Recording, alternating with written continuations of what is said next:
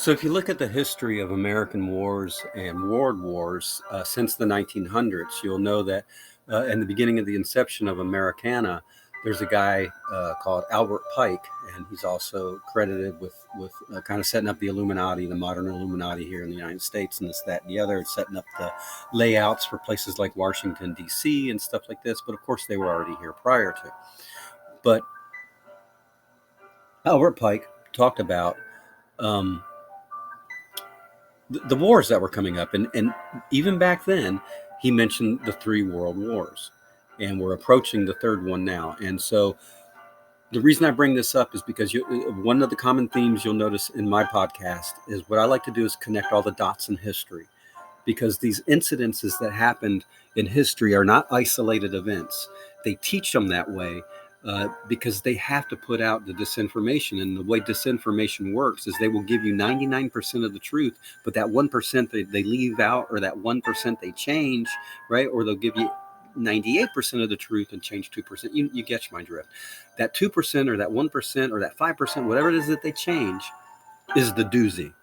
The rest of it is actually true.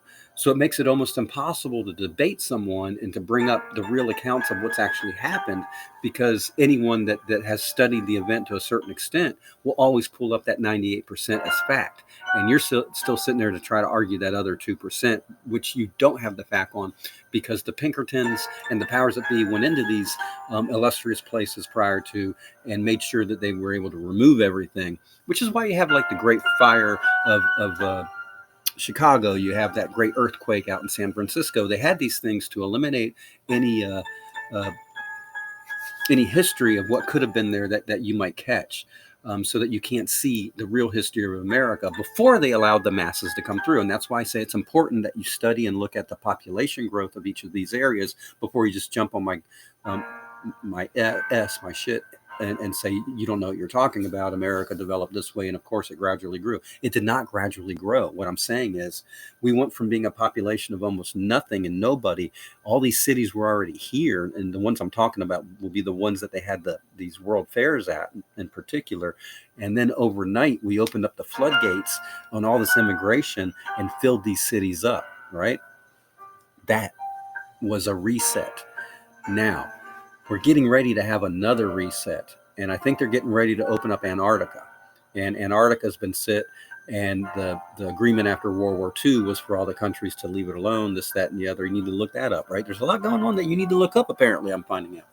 So, oh, and also don't forget about all the ghost cities in China. Look that up while you're at it, and you'll see what I mean about resets and how the people in the know are planning ahead. Maybe by 100 years, maybe by 200 years. And so they roll out stuff, and they keep us sheeple in these free range farms so that they can tax us and use us to get what they need to move everyone to the next level. And then again, just like the mass migration they had in America in the late 1800s and into the early 1900s. Why didn't they have mass migration prior to that? No, because they didn't know how to backwards engineer and reverse engineer all this technology they found in these hidden cities that were left behind prior to. Once they did, and once they were able to hide all of that history of it, then they allowed the masses to come. That's what's been happening over in Antarctica, and you're getting ready to see a huge reset on that. The timeline for that, which is why it was important to bring us up from the 2021 agenda into the 2030 agenda, that's the 10-year span that they need to get us into this new timeline, is because of the treaty we had with that other alien race, kind of like the treaty that China had with Hong Kong, and that it'll be terminated. I don't know when this treaty was signed, but I want to say it has to go back a couple thousand years. When you look at the depictions of us ousting out the giants and our master race, that is when we gained our independence as humanity. And then that from that point on, we were kind of supposedly left our own, although there are other factions from this alien race. Some like us, some don't. And they have always both been trying to intervene in our affairs. Now you know.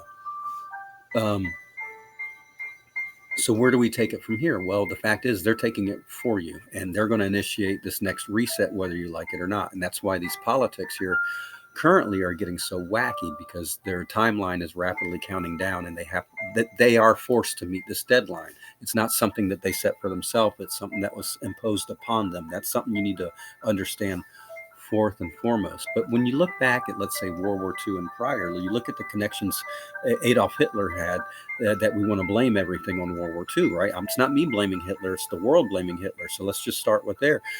He was financed through Harriman Brothers. Harriman Brothers was a Bush banking firm. Yes, the same Bush family that we got our two American presidents from. Now, if you remember, Hitler was the first one in public political speeches to use the phrase "one world order, new world order," and also Senior Bush used one world order in his phrase, as well as his son used new world order. So these people knew what they were doing ahead of time. Remember, IBM was setting up barcodes to keep track of the prisoners back in World War II. IBM is running the show right now with the vaccine tracking program for the COVID thing. Nothing's changed. Same people in power. They're doing the same game plan. They're using the same playbook that they've always used, which is why it's like, no, I don't have a telekinesis psyche to know what they're doing. They're following the same playbook they've always used. These people are a hive mind, and that does not change. They do not have an original thought to save their bone. Way back in our history, when we took that off of our DNA thing, some people chose to stay as the hive, some people chose to be independent. That was our true first division, because a lot of us fought for our true individuality. And that's really what we said when we use the word freedom. That's really what we mean. But over the eons and over the ages, we lost really what it was that happened. But in essence, mankind split.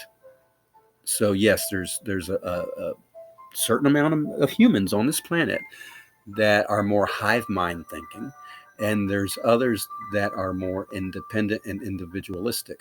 And over the ages, those two have also bred amongst each other, and now we have a blending where some, have partial abilities and some have full abilities. But it's these two classes that are clashing.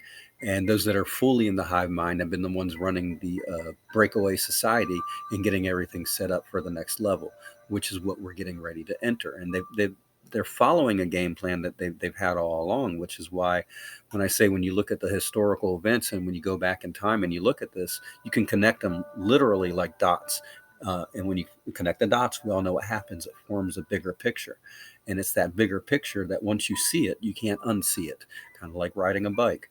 And that is, once you start seeing what they're doing and how that big picture is developing, well, you can see how they're going to want to further develop that picture. Because just like anything, if you see they're drawing a giraffe and you see the giraffe is missing his little antennae on his head, then you know that's what's still left to be drawn. So therefore, you can make a calculated guesstimate that that's going to be the next area that they're going to tackle. So it's not like you're mind reading. It's not like you're thinking ahead. It's not like you're, what do you call those people that see into the future? It's none of that. It's just, what the agenda is because it makes sense, because you see it as well, because you've been following along. And once you see the matrix, that's what they refer to as the matrix, actually. When you see the matrix, when you see what all of this is about, you can't unsee it. And I'll let you ponder on that.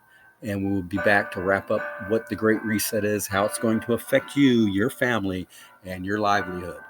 All right, all coming up next. Be right back.